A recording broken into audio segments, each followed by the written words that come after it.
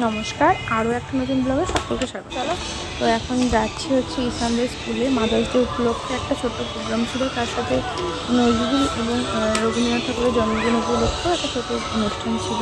তো দেখতে পাচ্ছি পুরো স্কুলটা রাত্রেবেলা কেমন গ্রিন লাইট দিয়ে সাজিয়েছে এবং অনেক বাচ্চা ছিল, সাথে বাচ্চার মারাও এসেছিলো। আর মাদার্স ডে অবশ্যই বাংলায় আসবে এবং তারা অনেকে প্রোগ্রাম করছিল। তো আমরা চলে গেলাম দেখতে। প্রথমে ফার্স্টে গিয়ে আসলে বুঝতে একটু দেরি লাগছিল, আর আমি না সেকেন্ড বেডে ঢুকেছিলাম, ফার্স্ট বেডে ঢুকিনি। তো ওই জন্য বুঝতে পারছিলাম না যে কোথায় কী হচ্ছে। তারপরে সবাই একটা করে ব্যাগ স্কুল হাতে আছে, তখন কাউকে তো তারপরে একটু অনুষ্ঠান দেখতে দেখলাম এবং ওখানে একটু বসলো। বসা হয়ে যাওয়ার পর আমরা গেলাম ফার্স্ট গেটে।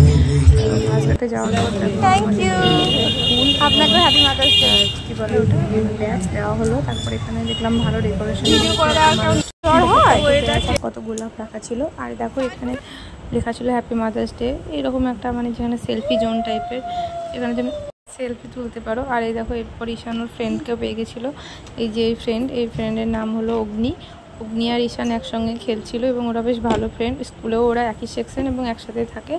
আর ওর মাও আমার ভালো বন্ধু হয়ে গেছে।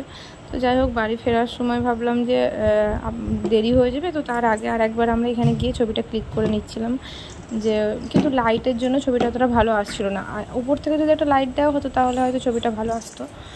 তো এরপর তো দেখো এখন আমরা আবার স্টেজের ওখানে চলে গেছি। যেহেতু ডান্স, তো এই জন্য আমি আর মিউজিকটা দিতে পারছি না, একটু সাউন্ড কমিয়ে দেবো। আশা করছি তোমরা বুঝতেই পারবে। এইসব ডান্সগুলো সব মারাই করছিল। তো যাই হোক, সমস্ত আর শেষে অনেক গেমও ছিল, কিন্তু ছেলে এত জ্বালাচ্ছিল, তো সেই কারণে আমরা বাড়ি চলে এসেছিলাম, শেষে অবধি থাকতে পারিনি।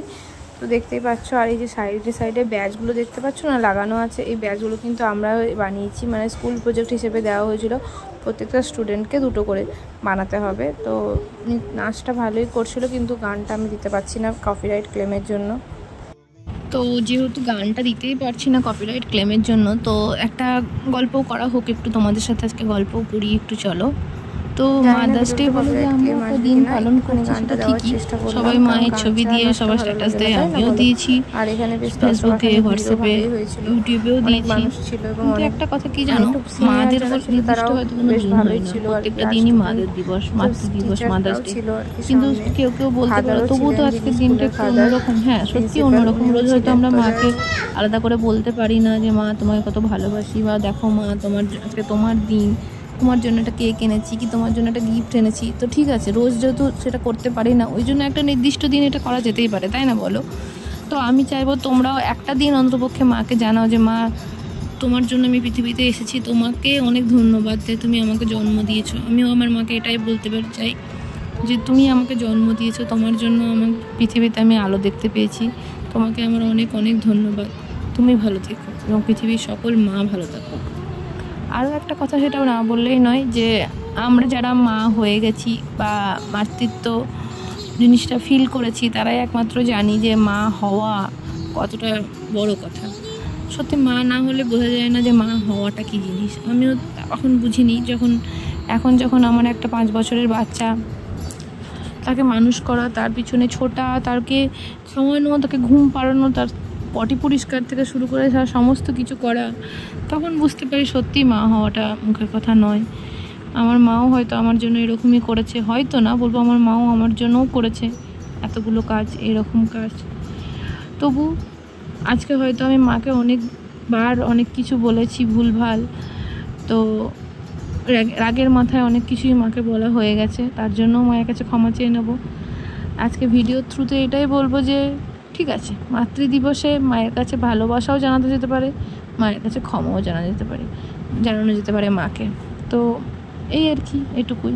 তো কিছু ছবি ক্লিক করে, আর এটা দেখো ঈশানের ফ্রেন্ডের মা অগ্নির মা, এটা হচ্ছে অগ্নি, ঈশানের ফ্রেন্ড। এরা দুজন খুব ভালো ফ্রেন্ড, আর ওরা একসাথেই ক্লাস করছে এবং একই সেকশনে পড়ে।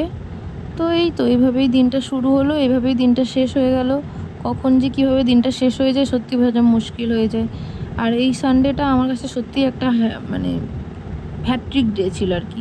কেন সেটা তো সব পরে আসবে, ব্লগ ভিডিও, কিসের জন্য এত গুছানো, ঘর পরিষ্কার করা, কি হচ্ছে না হচ্ছে জীবনে সবই তোমাদেরকে দেখাবো। তবে আজকের ভিডিওটা এই অবধি। ভিডিওটা ভালো লেগে থাকলে অবশ্যই like, comment, share and subscribe my channel.